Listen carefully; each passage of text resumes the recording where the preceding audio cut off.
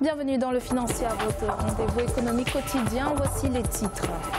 Construction d'une centrale hydroélectrique en Zambie. Cette importante infrastructure doit permettre de réduire la pénurie d'électricité dans le pays. Troisième investissement de la Banque centrale du Nigeria sur le marché des devises en 2018.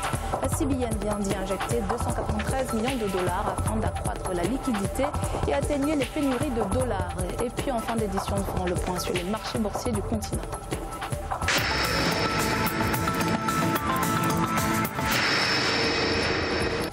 Une importante centrale hydroélectrique est en cours de construction par une société chinoise en Zambie.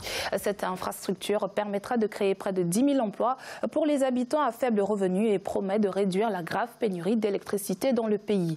Bien que doté de ressources en eau abondantes, jusqu'ici la faiblesse des infrastructures a empêché le pays enclavé de transformer son avantage naturel en source d'énergie stable. Un sujet de Deogracias Podo, commentaire Siamlo Victoria Seji. En Zambie, les entreprises chinoises et américaines China Power et General Electric, réunies au sein d'un consortium, vont entamer la construction de la centrale hydroélectrique de Batoka George sur le fleuve Zambèze. D'une capacité de 2400 MW, l'infrastructure dont la production permettra d'alimenter environ 1,2 million de ménages sera co-développée par le Zimbabwe et la Zambie. Son coût de mise en œuvre est estimé à 3 milliards de dollars. Je suis impatient de voir l'achèvement de ce projet et c'est une fierté pour nous. Une fois terminé, les habitants de la région, mais même ceux d'autres provinces en profiteront. À l'instar d'autres pays africains, la Zambie est confrontée à une grave pénurie d'électricité. Seulement 25% de la population urbaine et 3% en zone rurale ont accès à l'électricité. En 2016, le projet hydroélectrique de Kafou et Georges avait été lancé pour environ 2 milliards de dollars. Cette centrale électrique de 750 kW a pour objectif de remédier à un déficit d'électricité qui a eu un impact négatif sur l'industrie minière du cuivre du pays, menaçant ainsi les emplois et la croissance économique. Depuis que la construction de ce barrage a commencé, la centrale hydroélectrique de Kafoué-Georges a créé plus de 10 000 emplois en Zambie et généré 157 millions de dollars de recettes fiscales pour le gouvernement zambien. Pour rappel, la Zambie, qui dépend à 95% de ses barrages hydrauliques en termes d'approvisionnement en électricité, a connu début 2016 une crise énergétique de grande ampleur en raison d'une faible pluviométrie et de la diminution de ses réserves en eau. La Banque centrale du Ghana a réduit de 100 points son taux directeur qui est désormais de 17%. Une décision qui aurait été prise en raison d'indices pointant vers la stabilisation et la consolidation de l'économie. Le gouverneur de la banque, Ernest Addison, indique d'ailleurs que leurs prévisions en matière d'inflation et de taux de change se réalisent. En effet, l'inflation qui était de 9,4% en avril devrait revenir au niveau visé par la Banque centrale, soit 8% à la fin de cette année ou au début de l'année 2019 au plus tard. La Banque centrale nigériane poursuit sa stratégie visant à renforcer la liquidité du marché des devises. Elle annonce avoir injecté la somme de 293 millions de dollars avec comme objectif accroître la liquidité et atténuer les pénuries de dollars. Un troisième geste de ce genre depuis le début de l'année en cours de la CBN qui au total a déjà investi 829 millions de dollars. Marcel Farba-Maron.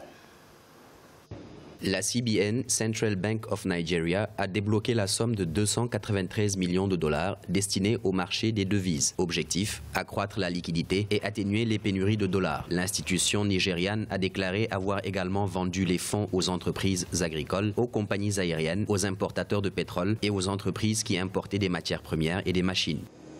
Il faut d'abord savoir que les injections de liquidités correspondent aux techniques de quantitative easing, qui veut dire assouplissement quantitatif, qui surviennent quand les banques sont devenues frileuses et n'empruntent que très peu.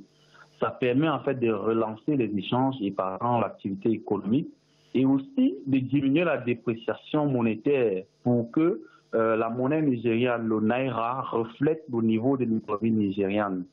À noter qu'il s'agit du troisième geste de ce genre de la part de la Banque centrale nigériane depuis le début de l'année 2018, après ceux effectués en février à 326 millions de dollars et en avril à 210 millions de dollars.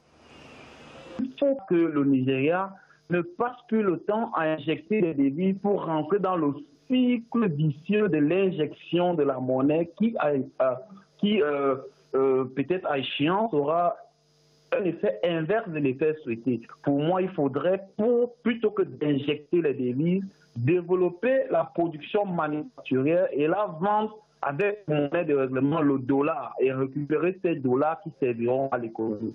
Après la récession de 2016, la première en 25 ans, due à la chute des cours du pétrole où la croissance avait dégringolé à 1,5%, l'économie nigériane connaît, depuis le deuxième semestre 2017, une remontée qui peut être qualifiée de lente mais sûre. Une analyse de Merchant Bank annonce une croissance du produit intérieur brut de 3,55% au premier trimestre 2018 contre 1,92% au quatrième trimestre 2017. Selon les prévisions 2018 de la Banque mondiale, la croissance économique au Nigeria ne devrait pas dépasser les 2,5%.